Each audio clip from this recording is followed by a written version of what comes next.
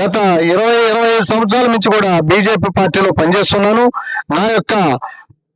నా యొక్క సేవలను గుర్తించి నేను భారతీయ జనతా పార్టీలో వివిధ హోదాల్లో పనిచేయటం జరిగింది.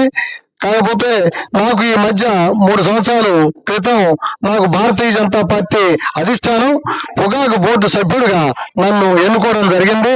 తరువాత ఈ మధ్య ఒక 15 రోజుల క్రితం వైస్ చైర్మన్ గా ఏకగ్రీవంగా ఎన్నుకోవడం జరిగింది.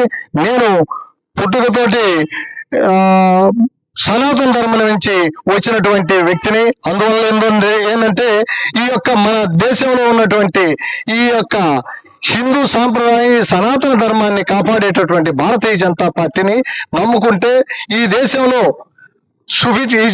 సుభిక్షంగా ఈ దేశం కలకాలం వర్ధిల్లుతుందని, విశ్వశాంతి నెలకొని భారతీయ జనతా పార్టీ ఆధ్వర్యంలో ఈ దేశం విశ్వగురు స్థానాన్ని ఆపాదిస్తారని, విశ్వగురు స్థానానికి చేరుస్తారని నేను కోరుకుంటూ నరేంద్ర మోడీ గారి నాయకత్వంలో ఈరోజు ఇక్కడ దగ్గుబాటి పురంధేశ్వరి గారి నాయకత్వంలో మేమందరం ఈ కార్యక్రమాన్ని చేపట్టి ప్రతి సంవత్సరం ఏప్రిల్ 6వ తేదీ నాడు ఈ కార్యక్రమాన్ని నిర్వర్తించుకుంటాం.